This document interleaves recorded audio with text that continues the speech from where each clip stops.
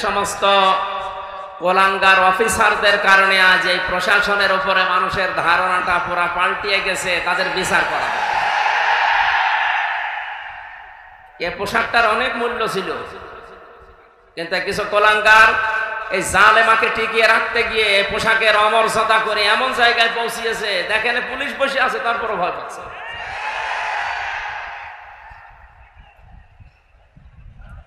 যারা দায়িত্বে ছিল ওই মানুষগুলোকে যেন ছাড় দেওয়া না হয়, যারা এই পোশাকের অন্তত বদনাম করে দিয়েছে এই দেশে। অন্যতম যারা কয়েকজন ধরা পড়েছে, আমরা চাই আরো বিশেষ করে হারুন আঙ্কেল, এটা যেন ধরা পড়ে। কোথায় আছে আমরা জানি না, যেখানে থাকে দেশে গোয়েন্দা যারা আছেন খুব তাড়াতাড়ি তারা বের করেন।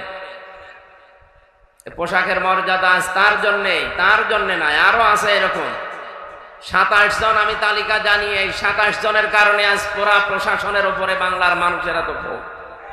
এটা যেন আস্তে আস্তে পাল্টিয়ে যায়। আপনারা আমি পায়ে ধরতে হলে ধরতে বলেন, কিন্তু কথা বলবেন না ভাই। দাঁড়িয়ে থাকেন, শুয়ে থাকেন, বসে থাকেন, কথা বলবেন না। আমি এমনি অসুস্থ, আমার স্ত্রী আমার সন্তান সব লাইফ সাপোর্টে ছিল, তাদেরকে এই কিছুক্ষণ কয়েকদিন আগে দিয়েছে কেবিনে, এখনো পর্যন্ত তারা ভালো না, আমারও অবস্থা ভালো না। সেদিন রংপুরে গিয়ে এমন অসুস্থ হয়ে গিয়েছিলাম, ডাক্তার বলছে কথা বলা যাবে না, রাত 10টার পরে জেগে থাকা যাবে না। আমি এটা যেহেতু রেকর্ড হচ্ছে সারা দেশেই বলছি, এমনিতেই মাহফিল করা এখন নিষেধ। ডাক্তারের সর্বোচ্চ নিষেধে যে রাত 10টার পরে আপনি আর জেগে থাকবেন না, আর গা যদি ঘামে তাহলে আবার অসুস্থ হয়ে যাবে। যেন আহ্বান জানাচ্ছি, যারা আমার অনুষ্ঠান নিয়েছেন, আমি সব করবো না, কিছু কিছু বাদ দেবো। যে কয়টায় করি সর্বোচ্চ রাত 9টায় আমার তুলে দেওয়া লাগবে। যদি না দেন ওই মাহফিলে আমার নিয়ে যাবেন না। কোরআনের পাখি আল্লামা দেলাওয়ার হোসেন সাইদি রহমতুল্লাহ আলাইহি, ওনার অনুষ্ঠান যদি রাত 9টা 10টায় শেষ হয়ে যেতে পারে, আমাদেরও শেষ হবে ইনশাআল্লাহ। আমরা ওই পরিবেশ কায়েম করবো এই দেশে। সারা রাত ধরেই করে ফজরের নামাজ না পড়ে তারপরের দিন কর্মজীবনও কষ্ট হয়ে যায়, এটা আমাদের আর দরকার নেই। আপনারা এখনো কথা বন্ধ হয়নি, কথা বন্ধ করতে পারেন। ইবাদত হিসাবে যারা আমরা এখানে আসলাম, খুশি হয়ে বলেন তো আলহামদুলিল্লাহ। কোরআন শুনতে এসেছি যেহেতু, যারা শুনতে আসে তাদের আল্লাহ কিছু দায়িত্ব দিয়েছেন, যেহেতু এটা ইবাদত। আর যারা আমরা বলতে আসি, আমাদেরও আল্লাহ কিছু দায়িত্ব দিয়েছেন। আল্লাহ পাক বলেন যারা শুনতে আসে তাদেরকে বলবেন ফাসতামিউ লাহু ওয়া আনসিতু, তারা যেন চুপ থাকে। 2 নম্বরে শোনে। 2টা কথা আল্লাহ তাদেরকে জানিয়েছেন, যদি মেনে নিতে পারেন লাআল্লাকুম তুরহামুন। আল্লাহ পাক বলেন আমার রহমত ওই জায়গায় নাজিল হবে। জোরে বলেন আল্লাহু আকবার। দল মত নির্বিশেষে যেটা পাওয়ার জন্য এই ময়দানে ছুটে এসেছি, সেটা আল্লাহর রহমত। সেটা কি? সুতরাং কোরআনের আলোচনা যখন আরম্ভ হয়েছে, 1 নম্বরে চুপ থাকেন, 2 নম্বরে শোনেন। এটা আপনাদের দায়িত্ব। আমরা যারা বলতে এসেছি, আমাদের দায়িত্ব কি? কোরআনে কারীম জানিয়েছে কিতাবুন উনজিলা ইলাইকা ফালা ইয়াকুন ফি সাদরিকা হারাজুম মিনহু লিতুনযিরা বিহি ওয়া যিকরা লিল মুমিনিন। সূরা আরাফের 2 নম্বর আয়াতে আল্লাহ বলেন, এই যে একটা কিতাব আপনাকে আমি দিলাম, এটা যখন মানুষের সামনে উপস্থাপন করবেন, মানুষের সামনে ব্যাখ্যা বিশ্লেষণ তাফসীর করে শোনাবেন, তখন আপনার মনের ভেতরে যেন কোনো সন্দেহ, সংশয়, ভয়, ভীতি, দ্বিধা, দ্বন্দ্ব এইগুলো কাজ না করে। আপনার মনে যেন কোনো সংকীর্ণতা না আসে। এখানে হারাজুন শব্দের অর্থ আমি তাফসীরে পেয়েছি 2টা, একটু খেয়াল করে করে শুনবেন। 1 নম্বরে যখন আপনি কোরআন মানুষের সামনে উপস্থাপন করবেন, আপনার এই কথা শোনার পরে সামনে যারা বসে আছে অনেক মানুষ এমন থাকবে, আপনার বক্তব্য না বোঝার কারণে তারা মন খারাপ করতে পারে। এরকম শ্রোতা নেই দেশে? বলেন না কেন? এটা যে আছে তার প্রমাণ আমার এই কুষ্টিয়ায় কয়েকদিন আগে মাওলানা সাদিকুর রহমান আজহারি, উনি কোরআন দিয়ে এই কথা বলছিলেন। তাফসীরের নাম বলার পরেও কিছু মানুষ দেখলাম রেগে গেছে। এটা অবশ্যই তারা না বোঝার কারণে রাগ করেছে। কথা বলা রাখবে। কোন মুসলমান দাবি করার পরে আল্লাহর কোরআনের কথা শুনলে রাগ হবে এমন মুসলমান এই দেশে আছে? জানে হয়তো না বোঝার কারণে মন খারাপ করে। আর একটা কারণ আছে, দ্বিতীয় নম্বর কারণ হচ্ছে আবহমান কাল থেকে এমন এমন নিয়ম নীতি ইসলাম মনে করে আমাদের এই দেশগুলোতে পালন করা হচ্ছে, আসলে যেটা ইসলামে নেই। কোরআনের ব্যাখ্যা করতে গেলে ওইগুলো তো টিকবে না, কারণ কোরআন হচ্ছে আলো, আর যত পাপাচারের কাজ আছে সব হচ্ছে অন্ধকার। আপনারা দেখবেন এই পৃথিবীতে তিনটা প্রাণী দিনের আলোতে বের হয় না, রাতের আধারে বের হয়, পেঁচা, বাদুর আর চামচিকা। সূর্যের আলো যতক্ষণ থাকে ওরা কিন্তু বের হয় না। রাতের আধার যখন শেষ যায়, অন্ধকার হয়ে যায়, তখন ওরা বের হয়। বের হয়ে ঠিক থাকে না, মানুষের ফসল নষ্ট করে, কলা নষ্ট করে, পানের বরজ নষ্ট করে। এক কথা বলে না কেন? এটা আমরা দেখেছি, তাই বাস্তব বলছি। দিনের আলো, সূর্যের আলো এদের পছন্দ হয় না, রাতের অন্ধকার এদের ভালো লাগে। এই জন্য এদের নামও দেখেন ডিজিটাল নাম, পেঁচা, বাদুর, চামচিকা। এর নাম শুনে বোঝা যাচ্ছে চেহারা কেমন হবে। কথা বলে দেখেন। যদিও আজ বাস্তবে অনেকের নামের সাথে বাস্তবের মিল পাওয়া যাচ্ছে না। যিনি পালিয়েছেন ওনার নামটা কিন্তু অনেক সুন্দর ছিল, হাসিনা। হাসিনা মানে সুন্দরী। হাসিনা মানে কি? এত একটা সুন্দর নাম নিয়ে এমন ঘৃণিত কাজ করে গেল দুনিয়াতে। আপনি জরিপ দেখেছেন, সারা পৃথিবীতে কয়েকজন মানুষের নাম ঘৃণার তালিকায় এখন আছে, তার ভেতরে এই মহিলার নাম। মানুষ নামটা নেয় কিন্তু গালি হিসাবে। এই যে ইয়াজিদ নামে যে লোকটা, এও অত্যাচারী ছিল, এও স্বৈরাচার ছিল। নামটা কিন্তু ভালো, কিন্তু স্বৈরাচার অত্যাচারী হওয়ার কারণে আল্লাহ নামটা গালি বানিয়ে দিয়েছে।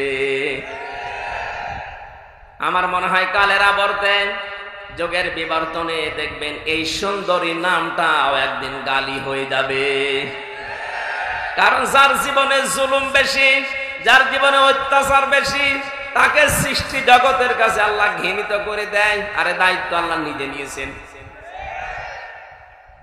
বাস্তবতা এটাই। দেখেন, কোন হিন্দুকে যদি বলেন ভাই আপনার ছেলে হয়েছে ইয়াজিদ, রাখেন, নাম হলো গালি। এমনকি কাউকে যদি রাগাতে চান, শুধু কার কাছে বলবেন ইয়াজিদের বাচ্চা, এমনি রেগে যাবে। মারাও লাগবে না, চোখ গরম দেওয়া লাগবে না, শুধু বলবেন ইয়াজিদের বাচ্চা, রেগে বাঘ হয়ে যাবে। কথা বলে না কেন? এত সুন্দর নামকে জুলুম করার কারণে আল্লাহ যদি এত ঘৃণিত বানিয়ে দিতে পারেন, তা আপনার নাম যতই ভালো হোক, যে কাজ করলেন, আমি তো নিজেরটাই বলছি, আমার উপরে আপনি যা করেছেন নির্দেশ দিয়ে, 3টা বছরে যত অত্যাচার, জুলুম আর নির্যাতন আমার উপরে গিয়েছে।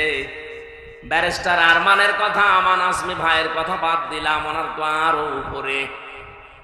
আমার 10 দিন আপনি মাটির নিচে যেভাবে রেখে দিয়েছিলেন, কোন মানুষ মানুষের সাথে এই করে, আমার বিশ্বাস হয় না।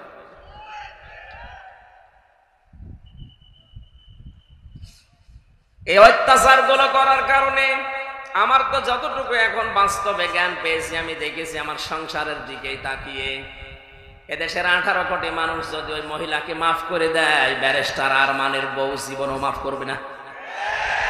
আর আমার মেয়েটা, ছোট মেয়েটা, এত রাগ ওই নামটা শুনলেই রেগে যায়, অথচ নামটা কত সুন্দরী।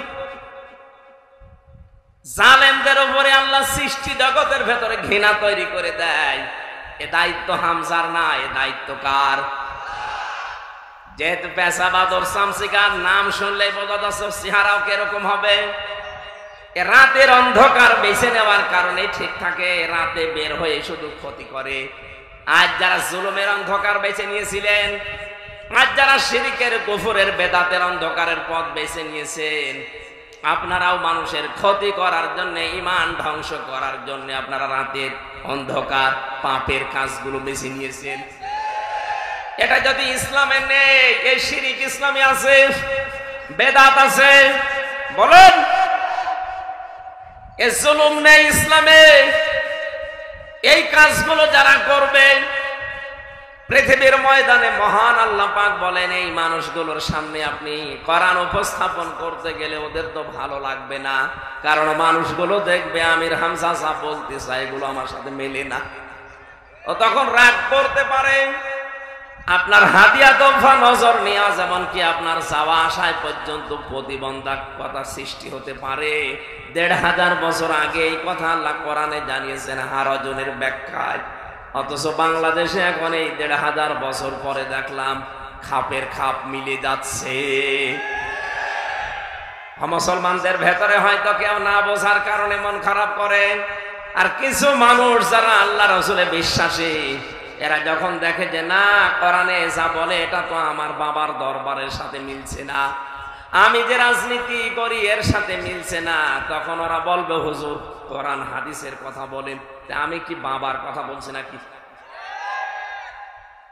সেদিন দিনাজপুরে ছিলাম, উনি আমার কানে কানে বলছে হুজুর এমন কোন কথা বলবেন না যেন আমার গায়ে লাগে। আমি আপনার চিনি। কোথায়? আমার বাড়ি কুষ্টিয়া, আপনার বাড়ি দিনাজপুর, ২৫০-৩০০ কিলোমিটার পথ। এত দূর পর্যন্ত এসেছি বনে আপনাকে আমি দেখি, উনি আপনার নামও শুনিনি। আপনার বিরুদ্ধে যাবে মানে আপনার পক্ষে যাওয়ার মতো কোনো কথা আমার আল্লাহ কোরআনে দেয়নি। কারণ আপনি যদি জালেম হয়ে থাকেন, মুনাফিক হয়ে থাকেন, আপনার পক্ষে কোনো কথা কোরআনে আছে? এক কথা বলেন আছে? আমি কি নতুন করে কিছু বানাবো নাকি? আপনারা আসলেই বলেন যে আপনি যা বলেন সব ওই দলের দিকে যায়। আরে ভাই, ওই দলের লোক কোরআন মেনে চলে, এই জন্য ওই দলের দিকে যায়। আপনি তো কোরআন মানেন না, আপনার দিকে যাবে কি করে? যেখানেই যাচ্ছে এখন সারা দেশে একই অবস্থা। জালেম তো বিদায় নিয়েছে, কিন্তু মুনাফিক কিছু আছে। এই মুনাফিক গুলো খালি বারবার বলতে থাকে আমাদের বিরুদ্ধে যেন বলবেন না। আরে ভাই, আমি কি আয়াত নতুন করে তৈরি করব? কোথায় পাবো আমি? যা আছে জালেমের বিরুদ্ধে যেমন মুনাফিকের বিরুদ্ধে এইরকমই কথা বলেন না কেন? আপনার পক্ষে যদি আল্লাহর কোরআনের কথা, রাসূলের হাদিসের কথা নিয়ে আসতে হয়, তাহলে হারজনের ব্যাখ্যাটা আপনাকে বোঝা লাগবে। যেহেতু আমি এখানে বসেছি, কি করে উপস্থাপন করা লাগবে কোরআনে ধরন আল্লাহ আমাকে শিখিয়ে দিয়েছেন। আমরা সেই ধরনটার সামনে নিয়ে বলতে চাই। আল্লাহ আমাদের তৌফিক দাও, বলেন আমিন। ২০২৪ সালের ৫ আগস্টের সাথে কোরআনে কারিমের একটা আয়াতের আমি মিল পেয়েছি। এদিকে তাকান। এখন প্রশ্ন আসতে পারে এটা নাযিল হয়েছে ১৫০০ বছর আগে, ২০০৫ সালের ৫ আগস্টের সাথে মিল পেলেন কি করে? আপনি মিলবে। সূরা নাম ৪৪ নম্বর আয়াত, ফালাম্মা নাসু মা যুক্কিরু বিহি ফাতাহনা আলাইহিম আবওয়াবা কুল্লা শাইইন হাত্তা ইযা ফারিহু বিমা উতু আখাযনাহুম বাগতাতান ফাইদা হুম মুবলিসুন। যারা কোরআন পড়তে পারেন আরবিতে, বাংলায় একটু বাড়িছে, সূরা আনআমের ৪৪ নম্বর আয়াতটা মিলান, তখন দেখবেন জালেমদের প্রতি যারা ছাপাই গাচ্ছে এখনো, তাদের মুখ বন্ধ হয়ে যাবে। রব্বুল আলামিন বলেন, যখন তারা আমার আদেশ নিষেধ আমি যেটা পাঠিয়েছিলাম তাদের উপরে, এটা যখন তারা ভুলে গেল, তাদের যে নিয়ামতের দরজা আমি আল্লাহ সবগুলো খুলে দিলাম।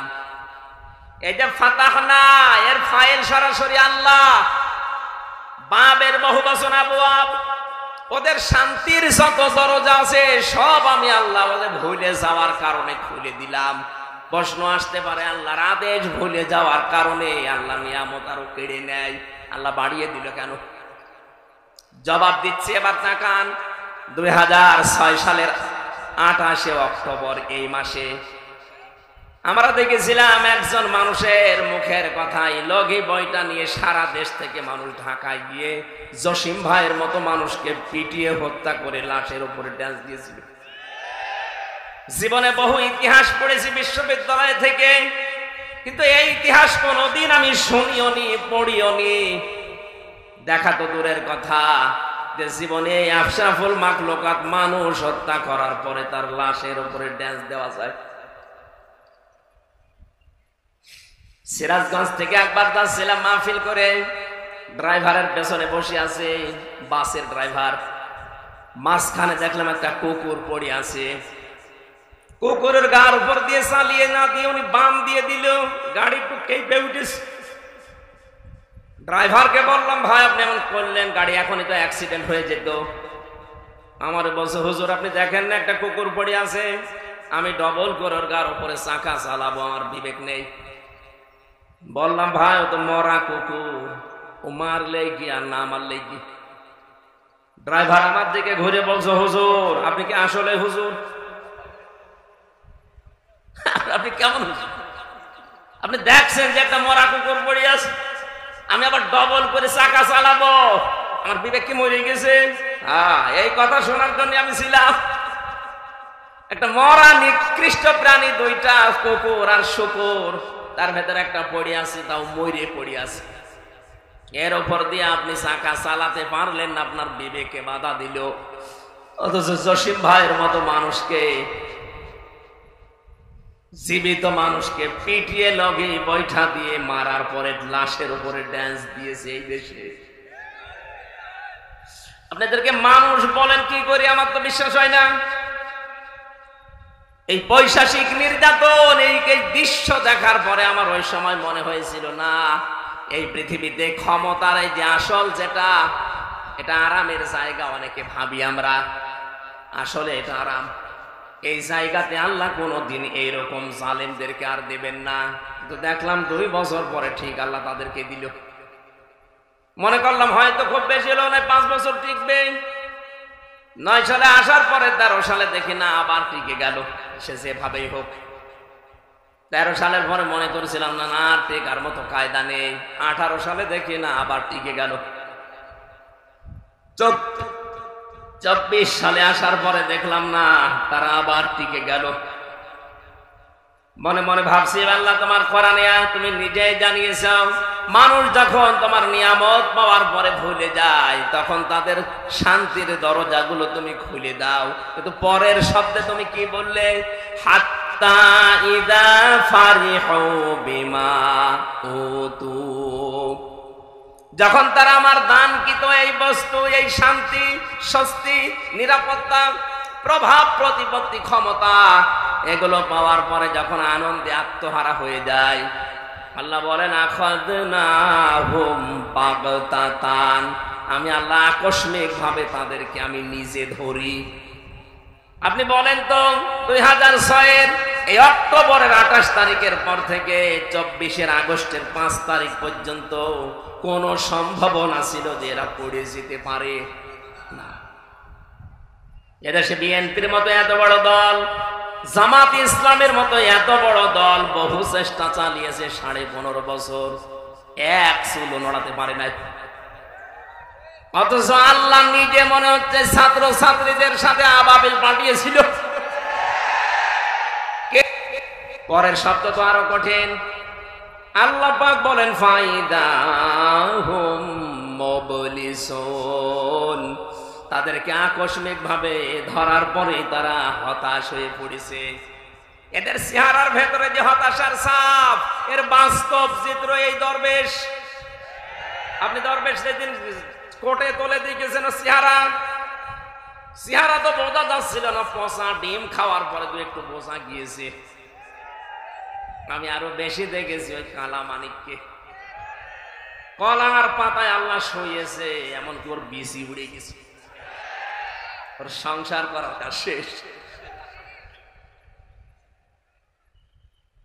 সূরা আলে ইমরান 178 নম্বর আয়াতে আমি এর সাথে মিল পেয়েছি, ওয়ালা ইয়াহসাবান্নাল্লাযীনা কাফারু আন্নামা নুমলি লাহুম খায়রুল লিআনফুসিহিম ইন্নামা নুমলি লাহুম লিয়াজদাদু ইসমা ওয়া লাহুম আযাবুম মুহিন।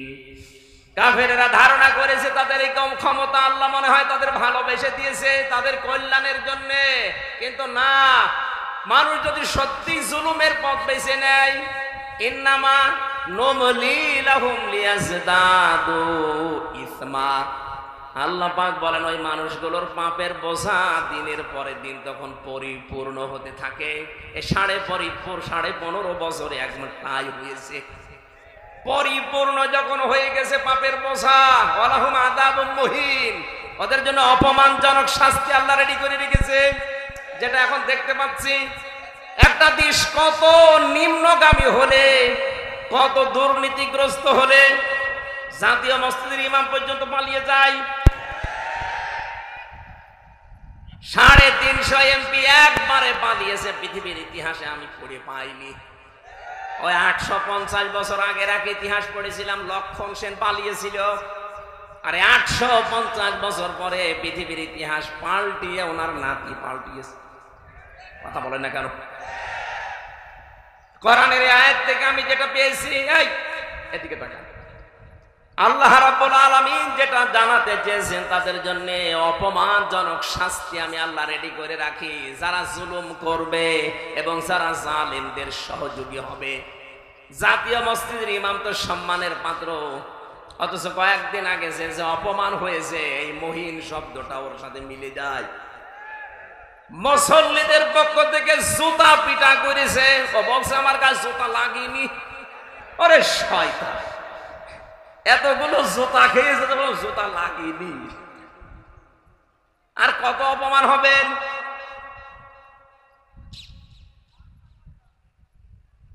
রাজশাহীবাসী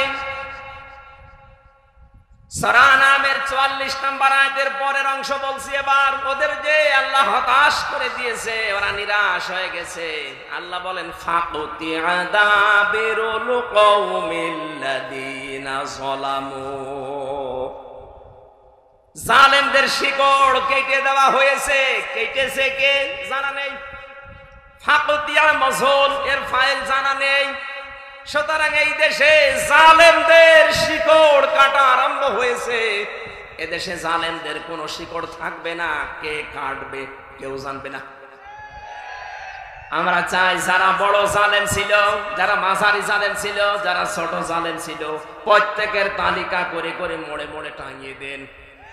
কোন জালেম যেন আর এই বাংলাদেশে প্রবেশ করতে না পারে, নিজের এলাকায় যেন আর প্রতিষ্ঠা না পায়। এই কথা বলা লাগবে, এটা ওদের জুলুমের পুরস্কার। কারণ জালেমদের দুনিয়াও শেষ, আখিরাত তো শেষ হয়ে গেছে আগেই।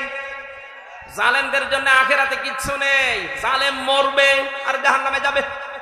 কারণ জালেমরা আল্লাহর মামলার আসামি। শব্দটা অনেক ভারী।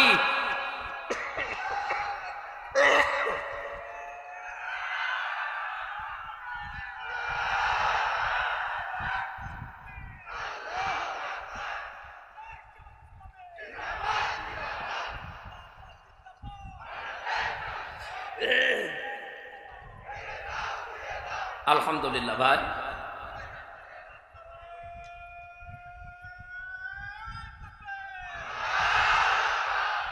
যারা এখনো পর্যন্ত এই দুঃসাহস দেখাচ্ছেন যে আমি পাশাপাশি আছি, চট করে ঢুকে পড়বো, আগে কিন্তু আর সেই 2024 সালের 5 আগস্টের আগের বাংলাদেশ এখন আর নেই। আমি সারা বাংলাদেশের 560টার উপরে থানায় ঘুরছি, সারা দেশে অবস্থায় একই। জালেম দেখলেই তাদের শিকড় কেটে দিচ্ছে, কোরআন জানাচ্ছে, কে কাটছে জানা নেই।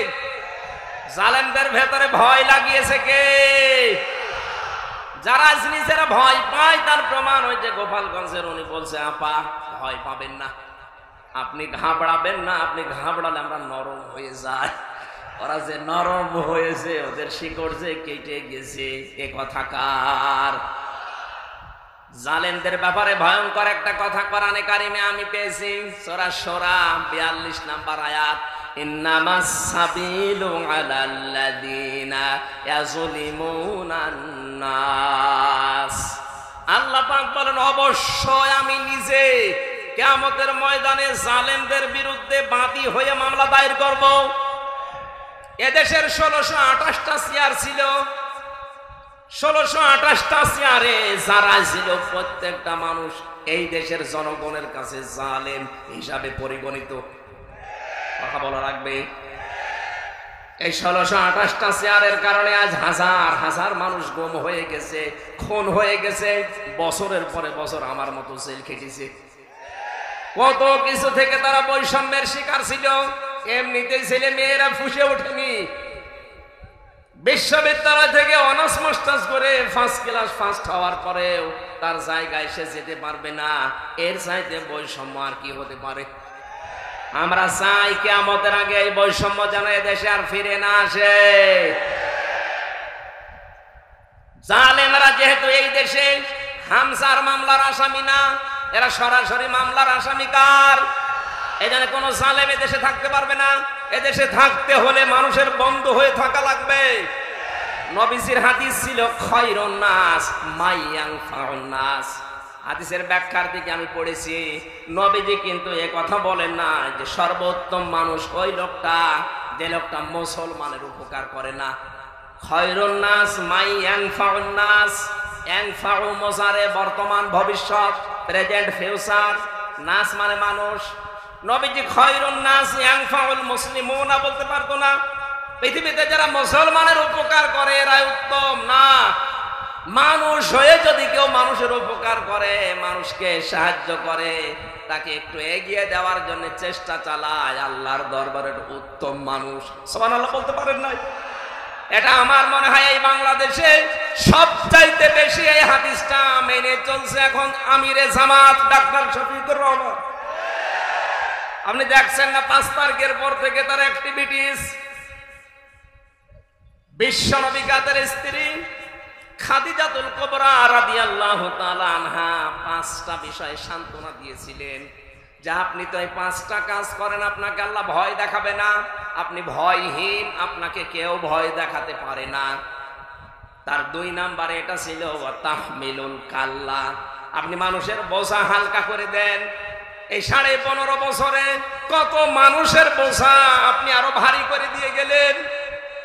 বিশেষ করে 5 আগস্টের আগ পর্যন্ত এই দেশে 2780 জন এখনো পর্যন্ত হাসপাতালে কাতরাচ্ছে। তারা তাদের পরিবারের কাছে, ভাই বোনের কাছে, মা বাবার কাছে বোঝা। এই কথা বলে না কেন? 1080 জনের উপরে শহীদ হয়েছে এই দেশে। এই মানুষগুলো পরিবার চালাতো, অথচ পরিবারের জন্য তারা বোঝা। হাজার হাজার কোটি কোটি টাকা ঋণের বোঝা বাংলাদেশে রেখে আপনি পালিয়ে গেলেন। আপনি নবীর উম্মত হতে পারবেন? নবীর আদর্শ ছিল বোঝা আরো হালকা করে দেওয়া। আর এমন দেশ আপনি উপহার দিয়ে চলে গেলেন। এখন আমার একটা মেয়ে যদি এই দেশে আসে, জন্ম নেয়, সে 1 লাখ টাকা তার মাথার উপরে বোঝা। হাজারো মানুষের বোঝার কারণ আপনি হাজার হাজার লক্ষ লক্ষ মানুষের মাথার উপরে যে বোঝাগুলো দিয়ে গেলেন, চিন্তার বোঝা, খাদ্যের বোঝা, কত রকমের বোঝা তাদের মাথার উপরে দিয়ে আপনি আরামে খাচ্ছেন। আর নিজে নিজে মোবাইল করে করে ফোন আলাপ ফাঁস করেন মানুষকে ভয় তাকাতে। আপনার এই এই এই বাট পারি মানুষ বুঝে ফেলেছে। নিজে নিজে ওগুলো করে এডিট করে এরপরে ছাড়ে যেন নিজের ভেতরে, মানুষের ভেতরে একটু সঞ্চার হয় আসার। এটা মানুষ কিন্তু বুঝে ফেলেছে যে নিজে নিজে ফোন করে ফোন আলাপ আপনি ফাঁস করছেন। এদেশের সত্যি বলছি আমি, সারা দেশ ঘুরে অবস্থায় একই। কোন জালেমের ঠাঁই এদেশে আর হবে না। আশা করছি কোন জালেম যদি ধরা পড়ে ওর উপযুক্ত শাস্তি না দিয়ে যেন আদালত জামিন না দেয়। দেখছি কয়েকজন জামিন পাচ্ছেন। যারা দায়িত্বে আছেন সাবধান, উর্মির মতো করবেন না। উর্মির মতো যদি আপনিও ধরা পড়েন, আপনার জীবন কিন্তু দেশের মানুষের হাতে চলে যাবে আজরাইল আসার আগেই। আজরাইল জান কবজ করতে আসবে পরে, আগে করবে জনগণ। এই জন্য আশা করবো কোন জালেম যদি সত্যিই প্রমাণ হয় এটা জালেম জুলুম করেছে, তার যেন জামিন না হয়। আমি বিনা কারণে যদি 3 বছর জেল খাটতে পারি, জালেমদের তো 9 বছর খাটা দরকার। এই কথা বলা যাবে না, কথা বোঝার চেষ্টা করে। আমি যে কথাটা বোঝাতে চাচ্ছি, আমরা যেহেতু এমন একটা পরিবেশ, এমন একটা দেশ চাচ্ছি, বিশ্ব নবীকে তার স্ত্রী সান্ত্বনা দিয়েছিলেন, হে আমার স্বামী, আপনি কখনো ভয় পাবেন না, কারণ যে মানুষগুলো মানুষের বোঝা হালকা করে দেয় তাদেরকে আল্লাহ নির্ভয় করে দেয়। এর বাস্তব প্রমাণ, যার নাম বললাম, এই লোকটা। আমি নিজে তার সাথে ছেড়েছিলাম, তার যে তাকওয়া, এই লোকটার যে ইবাদত বন্দেগী আমি কাছ থেকে দেখেছি, আল্লাহর উপরে তার যে তাওয়াক্কুল, ভরসা, এমনি এমনি তৈরি হয়নি। এই মানুষটা একামতের দিনের এই লাইনে আসার পর থেকে জীবন উৎসর্গ করে দিয়েছে মানবতার জন্য। এই দেশে 18 কোটি মানুষের এই একজনের নামে শুধু বানায়, ডাক্তার শফিকুর রহমান, মানবতার ফেরিওয়ালা। বিশ্ব নবীকে তার স্ত্রী খাদিজা বলেছিল এটা। আপনি ভয় পাবেন না, কোনো কিছু আপনাকে ভয় দেখাতে পারে না, কারণ আপনি মানুষের বোঝা হালকা করেন। আপনি কোন নবীর উম্মত দাবি করছেন, মানুষের বোঝার ভারী করে দিচ্ছেন। আমার পরিবারে 3টা বছরে যে বোঝা তৈরি করে দিয়ে গেলেন, আমার বাবা অসুস্থ, আমার মা অসুস্থ, আমার ম্যাডাম লাইফ সাপোর্টে ছিল কয়েকদিন আগেও, মেয়েটা আইসিইউতে, আর আমি জেলখানায় পড়ে আছি 3 বছর। কোনো কিছু করার পরে যদি আমার দিতেন, আমি মেনে নিতাম, কিচ্ছু জানি না। আপনি নিজেই বলতেন রিমান্ডে এসে, বলে না আপনি জানি কিছু করেননি, তারপরও উপরের নির্দেশ। এই ঠনকো একটা মামলা দিয়ে, মামলায় যদি আমার সাজাও লাগিয়ে দিত, তাও সর্বোচ্চ 3 মাস। অথচ 33 বারের উপরে মামলাটা আমার সিএমএম কোর্ট, জজ কোর্ট, হাইকোর্ট, 33 বার আমার বাবা, আমার চাচা, আমার যারা শোভাকাঙ্ক্ষী ছিল, জোর জোর করে তুলেছিল মামলা, জামিন দেয়নি। কয়েকদিন আগে মামলাটা পুরা খারিজ হয়ে গেছে। বিচারপতি ওইটা দেখার পরে বলছে, কি দেখে বিচার করবো, এর ভেতরে কোনো মাল নেই। এর ভেতরে মাল নেই, 3 বছর তো মামলা আপনার কাছে ছিল, এতদিন তো বলেননি যে মাল নেই। উনি এই কথাই আমারে বলতো, আমি পরে পরবর্তীতে কথা বলেছিলাম, বলছো হুজুর আমার হাত বাঁধা। আমি জানি শুধু ওনার না, এখন যেহেতু ওনার হাত খোলা, এখন ন্যায় বিচার করতে পারছে। এদেশে 1628টা চেয়ার আছে, আব্দুল হান্নান ভাই সহ প্রত্যেকটি মানুষের চেয়ারের হাত যেন আবু সাইদের মতো খোলা থাকে।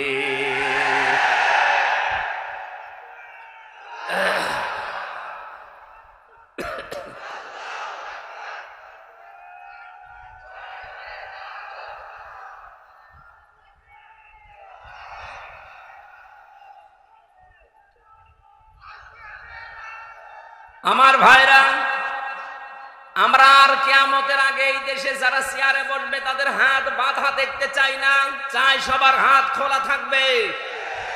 হাত খোলা থাকলে আমার বছর এই বিচার পাবেন আপনি, এই থানাতে গিয়ে, ফাঁড়িতে গিয়ে। এক কথা বলেন না কেন? আর যদি হাত বেঁধে দেন, আব্দুল হান্নান না ওনার বাবাও যদি চেয়ারে বসে, বলবে আমার হাত বাঁধা। যেন আমরা চাচ্ছি এদেশে কারো হাত যেন আর বাঁধা না থাক। জামাত ইসলামী বাংলাদেশের পক্ষ থেকে 41টা প্রস্তাবনা দিয়েছে, আপনারা দেখেছেন। এর ভেতরে 2টা অন্যতম, যে প্রশাসনে যারা আছে তাদেরকে যেন আলাদা করে দেওয়া হয়। ওই অমক নেতা পাতি ছাতি কি বলবে সেই অনুযায়ী কাজ করা লাগবে। তার মানে কি, ওনারা কি আপনার গোলাম নাকি? 18 কোটি মানুষের টাকা দিয়ে ওনার বেতন হয়, সবার দিকে তাকানো লাগবে। জামাত ইসলামীর এই প্রস্তাবনার সাথে আমরা একমত কিনা বলেন তো?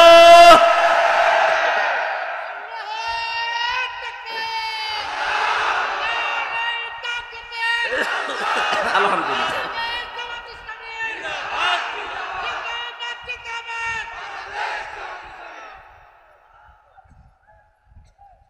রাজশাহীবাসী আমরা বাকি কথা আমার শরীর এবং সময়ের দিকে খেয়াল করছি। কালকে আমার শপথ আছে কুষ্টিয়াতে, আমি বেশি দেরি করতে পারবো না। সকাল 6টায় আসবে সেক্রেটারি জেনারেল, এই জন্যে খুব তাড়াতাড়ি করছি। আমি মনে করলাম 10টায় শেষ করে চলে যাব। এমনি যে শরীরের অবস্থা, আবার কালকে আছে টাঙ্গাইলে, ওই অনুষ্ঠান শেষ করে ওইটা ধরা লাগবে। চারিদিকে খেয়াল করে আমি আয়াতে প্রবেশ করছি, সব বাদ দিয়ে দিলাম। সূরা হুদ থেকে একটা মাত্র আয়াত পড়েছি, 36 নম্বর আয়াত। এখন এই ঐতিহাসিক প্রেক্ষাপটের ব্যাকগ্রাউন্ডের পরে শিক্ষা এগুলো সব বলতে গেলে অনেক সময় যাবে, আমি সব বাদ দিয়ে সরাসরি প্রবেশ করছি নাকি, জবান ছেড়ে আমরা কোরআনে প্রবেশ করি। আউযু বিল্লাহি মিনাশ শাইতানির রাজিম, বিসমিল্লাহির রহমানির রহিম। ওয়া উহিয়া ইলা নূহিন আন্নাহু লা ইউমিনা মিন কওমিকা ইল্লা মান ক্বাদ আমানা ফালা তাবতাইস বিমা কানু ইয়াফআলুন। আমার ভাইরা, এই পৃথিবীতে লক্ষাধিকের উপরে আল্লাহ নবী পাঠিয়েছিলেন, তার ভেতরে অন্যতম একজন নবীর নাম হযরত নূহ আলাইহিস সালাম। 50 বছর কমে 1000, 950 বছর একাধারে তিনি দাওয়াতি কাজ করলেন জাতির ভেতরে। মাত্র 80 জন তার দাওয়াত কবুল করেছে, আর কেউ পথে আসে না। শুধু পথে আসে না তা না, জাতির লোকেরা তার কাছে আবদার জানিয়েছে যে আপনি যে কিয়ামতের ভয় দেখান ওইটা নিয়ে আসেন। এবার আল্লাহ পাক রাগ হয়ে গেলেন। এতদিন পর্যন্ত 950 বছর ওরা মানে নাই, আমি কিছু বলি নাই, ওরা মানে নাই, আমি কিছু বলি নাই। শুধুমাত্র মানে নাই তা না, এরপরে বাধা তো দিয়েছে, এখন আবার কিয়ামত দেখতে চাই। ও নূহ, ওদেরকে আমি মিনি কিয়ামত দেখাবো। ওয়া উহিয়া ইলা নূহিন আন্নাহু লা ইউমিনা মিন কওমিকা। যারা ঈমান এনেছে এই মানুষগুলো বাদ দিয়ে আপনার তোমার এই কওমের ভেতর থেকে আর কেউ আমার প্রতি ঈমান আনবে না, বিশ্বাস করবে না। প্রশ্ন আসতে পারে, আল্লাহ ঈমান আনার জন্য এই নবীদেরকে পাঠিয়েছেন দুনিয়ায়, আর সেই নবীকেই জানাচ্ছেন যে আর কেউ ঈমান আনবে না। শুধু এতটুকু যদি সহজ ভাষায় বলতেন হয়ে যেত। আল্লাহ গ্যারান্টি দিয়েছেন লা ইউমিনা। ইউমিনা এটাও মোজারে, বর্তমান ভবিষ্যৎ, প্রেজেন্ট ফিউচার। এর আগে লান এসেছে, আরবি গ্রামার অনুযায়ী মোজারের আগে লান আসলে অর্থ হয় কখনোই হবে না। গ্যারান্টি কার? আরো জোরে বলেন। তার মানে যে 80 জন কবুল করেছিল ইসলামের, পরবর্তীতে আর একটা মানুষও দিনের দিকে আসবে না, এই গ্যারান্টি আল্লাহ কেন দিলেন? তাফসিরে খাজেন, তাফসিরে ফি জিলালিল কোরআন, জিলালিল কোরআনে বেশি পাবেন এটা। ইবনে সাইয়্যিদ কুতুব রাহমাতুল্লাহ আলাইহি ব্যাখ্যা করতে গিয়ে লিখেছেন, এই মানুষগুলোর উপরে আল্লাহ মোহর মেরে দিলেন, হেদায়েত পাবে না। কেন? কারণ যে মানুষ এমনিতেই বাধা দেয় নবীদেরকে মেনে নেওয়া যায়, বাধা দিয়ে শেষ না, আবার আল্লাহর নিদর্শন কিয়ামত দেখতে চাচ্ছে। এই 15.5 বছর আমরা মানুষকে বহু বোঝানোর চেষ্টা করেছি। কিছু মানুষ এমনিতেই বাধা দেয়নি, শোনার ভান করে, না শোনার ভান করে চুপ থেকেছে। কিছু মানুষকে দেখেছি না শুনলেও বিরোধিতা করেছে। কথা বলেন না কেন? এই যে যারা বিরোধিতা করেন তাদের উপরে আল্লাহর নির্দেশে যে আপনাকে আল্লাহ হেদায়েতের মতো বড় দৌলত থেকে চির বঞ্চিত করে দেন। আয়াতের তাফসীরের ভেতরে 7টা কারণ পেয়েছি আমি। দ্বিতীয় নম্বর কারণ, এই খুব খেয়াল করে শুনবেন, আল্লাহ মানুষকে যে হেদায়েত দেয় না, 1 নাম্বার কারণ যারা বিরোধিতা করে দাওয়াতের, ওহির দাওয়াত দিলে যারা বিরোধিতা করে, মানে তো নাই, বিরোধিতা করে, এই মানুষগুলো হেদায়েত থেকে বঞ্চিত। 2 নম্বরে যারা শুধু আল্লাহর হুকুম মতো চলতে চায়, কিন্তু তার প্রেরিত পুরুষ যারা যুগে যুগে এসেছিল ওই রাসূলদেরকে যারা মানতে চায় না, তাদেরকে আল্লাহ হেদায়েত থেকে বঞ্চিত করে দেয়। প্রমাণ পেয়েছি আমি সূরা ইউনূসের 90 নম্বর আয়াতে। ফেরাউন যখন ডুবে যাচ্ছিল, খুব খেয়াল করে শোনেন, এতদিন যেভাবে শুনেছেন না ওইভাবে না, নতুন ভাবে বলছি।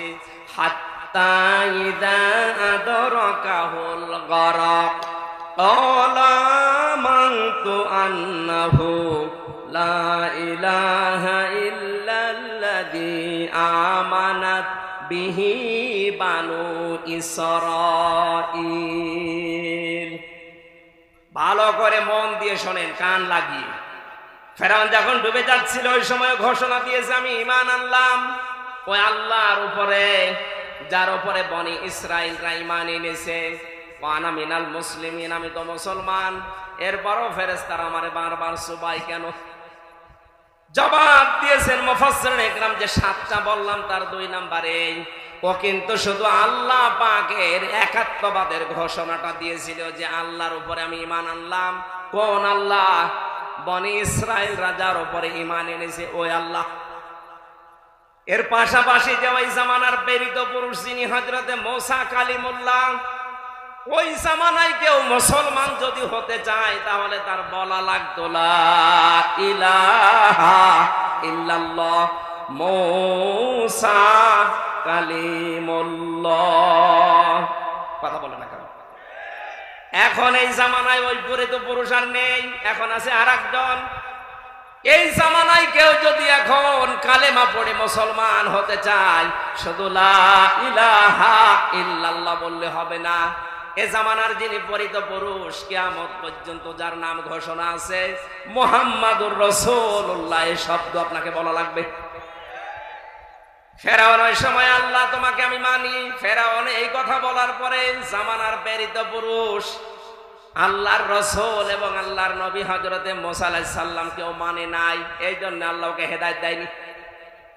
এই জামানায় এখন এই বাংলাদেশ সহ বিশ্বে যারা আমি নামাজ পড়ি, আমি রোজা রাখি, আমি হজ করে এসেছি, আমি আল্লাহ বিশ্বাস করি, আমিও জানি ওইটা, কিন্তু তার প্রেরিত পুরুষকে এই জামানায় এখন থেকে কিয়ামত পর্যন্ত আল্লাহর প্রেরিত পুরুষ আমাদের জন্য যিনি মুহাম্মদুর রাসূলুল্লাহ, তার আদর্শ যদি আপনি মানতে না চান, নামাজ পড়ে রোজা রেখে হজ করে যাকাত দিয়ে মরণের সময় ফেরাউনের মতো মরণ হবে।